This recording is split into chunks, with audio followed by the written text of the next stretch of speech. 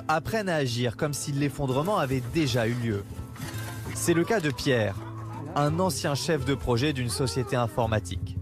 Il y a 6 ans, il a tout plaqué pour déménager à la campagne. Il consacre aujourd'hui ses journées à trouver des solutions pour vivre en autonomie. L'un de ses meilleurs alliés, le ver de terre dont il fait l'élevage.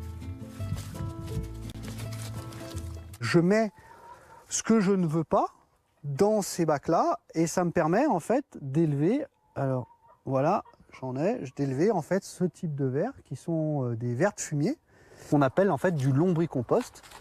Et voilà, et là on peut planter là-dedans et là c'est extrêmement riche. Voilà, donc je vois les petits copains là, tac. Et ça sent absolument pas mauvais. Lorsqu'il faut préparer à manger, Pierre fait son marché sans sortir de chez lui. Je te laisse prendre la poche. Ouais. On fait quasiment 100% de nos besoins en maraîchage pour nous.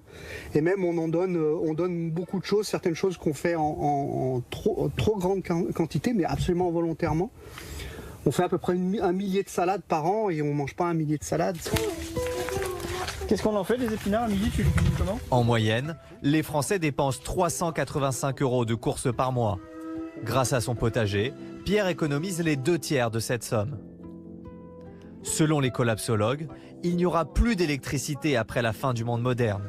Du coup, Pierre a investi dans un four solaire, un miroir parabolique qui concentre les rayons du soleil sous la poêle à frire. Je me brûle. Oh bah ça prend, ça dépend du type d'aliment, mais je fais cuire des pâtes. S'il y a un beau soleil comme aujourd'hui, en 30 minutes, j'ai fait monter mon eau en température et mes pâtes sont cuites. Voilà, ça prend un peu plus de temps, mais on fait autre chose en même temps. On doit le réorienter pour qu'il soit vraiment efficace, mais ça marche diablement bien. Voilà, typiquement un repas du quotidien fait sans énergie. Ce jour-là, Pierre a invité son ami Vincent, lui aussi adepte de cette théorie de la collapsologie. Selon lui, pour survivre à la fin du monde, il faudra impérativement que les gens unissent leurs efforts. Pierre tout seul, il ne sera pas prêt, et il le sait. Pierre ne sera jamais tout seul, parce que justement, il travaille dans l'esprit de la collectivité, dans le partage et la distribution des ressources. Voilà, la distribution des ressources et de la production. D'après certains collapsologues, la fin du monde est pour 2035. Et il faudra s'y être préparé à temps pour espérer s'en sortir. Un discours catastrophiste qui est loin de faire l'unanimité.